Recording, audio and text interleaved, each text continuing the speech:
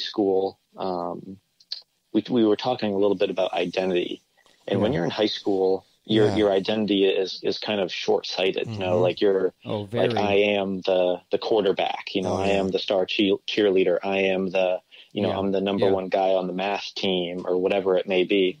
And so for me, when I had this injury, after the injury, I couldn't play sports or do anything contact, anything athletic for about 6 months. Oh man. And that's that's the end of soccer season, I imagine.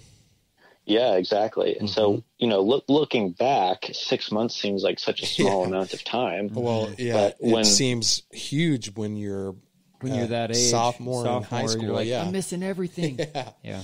Exactly. Yeah. And so it was really tough in the moment. My identity had kind of been taken because not just for the school, but I played soccer and other sports year round. Okay. I was always playing sports at least 5 days a week, every single week. And so all of a sudden not being able to do anything, I kind of lost who I was, and it was a really difficult time for me. You can ask my friends and family who were around back then. I was not myself. Yeah. And it's just because of that, I felt like I had lost my identity. And like I said, looking back now, I think that's one way that it's really helped me grow, because now I don't attach myself to any one thing. Yeah. I'm not my job. I'm not a runner. Because if those things get taken away from me, if I get fired or if I can't run anymore, it's not the end of the world. I have so many other things going for me, because looking back in hindsight, I had so many things going for me when I was in high school. I had good grades. I had a lot of friends. I still do have a great family. But in the moment, it's really hard to see those other things when, it feels like your identity's been taken, and the biggest thing of your life is all of a sudden gone, even if it's just for 6 months. Yeah. And how old are you now? 25. Man, that's that's crazy that you already have a book.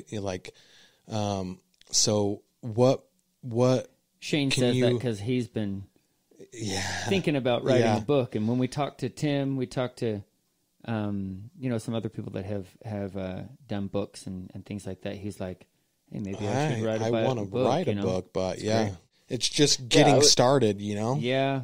For sure. Getting started is definitely the hardest part, whether it's deciding on a topic or if you already have one, just kind of sitting down and writing. So it's taken me a very, very long time to get this book out.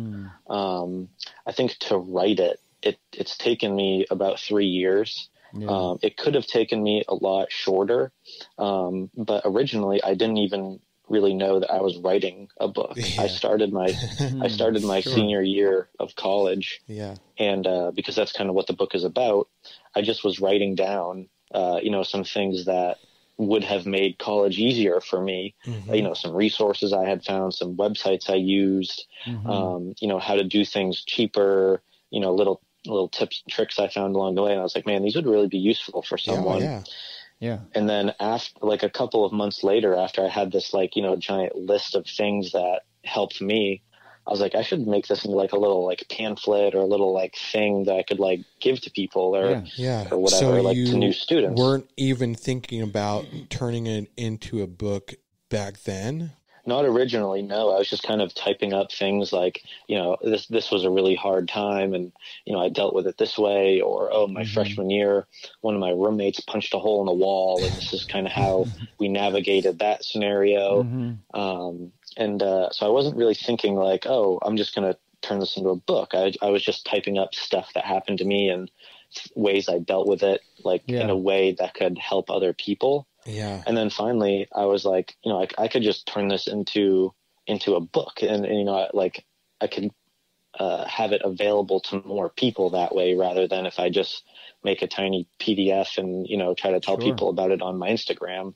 I could have it, for sale in bookstores, on Amazon, anywhere books are found. That way my message and all these things I learned can help more people. So do you have a blog or anything like that? I have a website that I'm designing myself. Okay. It's just my name, just TannerMcFarland.com. It's pretty bare right now, but I'm trying to ramp it up for the book coming out here in about a week or so. I'm going to be doing a lot of work on it. Okay. But that's a decent place to find me. I'm going to have a bunch of stuff on there besides my book. And you're going to sell that book on your website, or I just on Amazon or whatever? It's definitely going to be on Amazon, for sure. I'm also going to publish it through another company who has the potential to send it to bookstores. So I'm not sure how that will work out or not. Yeah. But it will probably be for sale on my website as well. Okay. So I just want to ask you, or I just want to talk to you about like what your book is. Like, can you talk about that?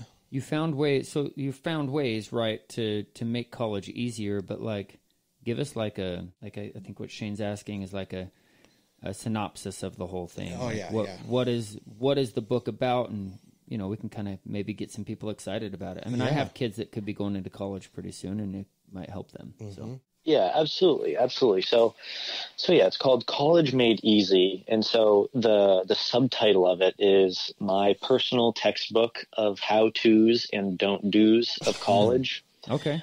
And so, because there's a lot of stuff that I think kids should do when going to college, and there's also a lot of things I think kids should not do when going to college. Yeah. Yep. And so, again, this is a lot of things from my experience.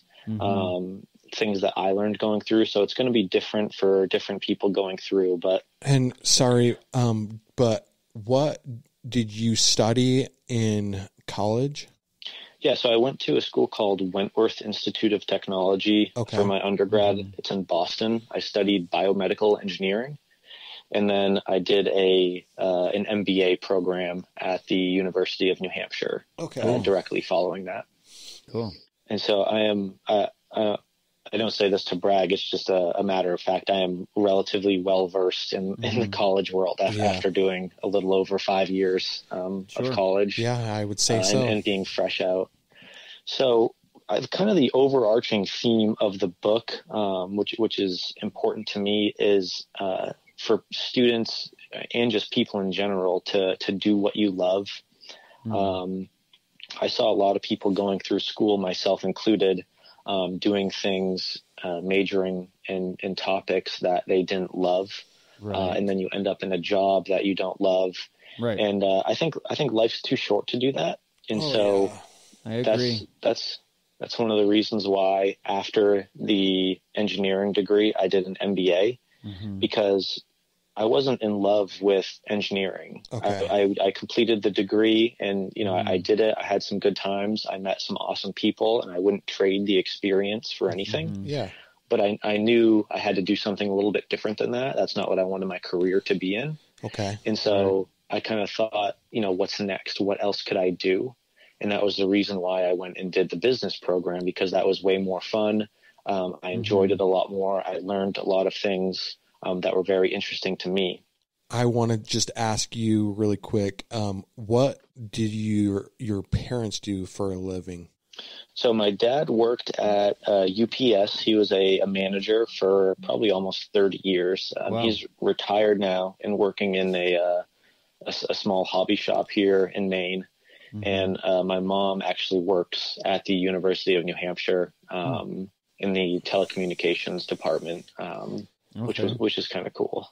So that's kind of the overarching theme of the book, is to do what you love, because I think it's important for people, especially young people going to college. There's a lot of pressure to, pick your major and, decide what you want to do the rest of your life. But at 17 or 18 years old, a lot of people don't know what they want to do for the next 40 years.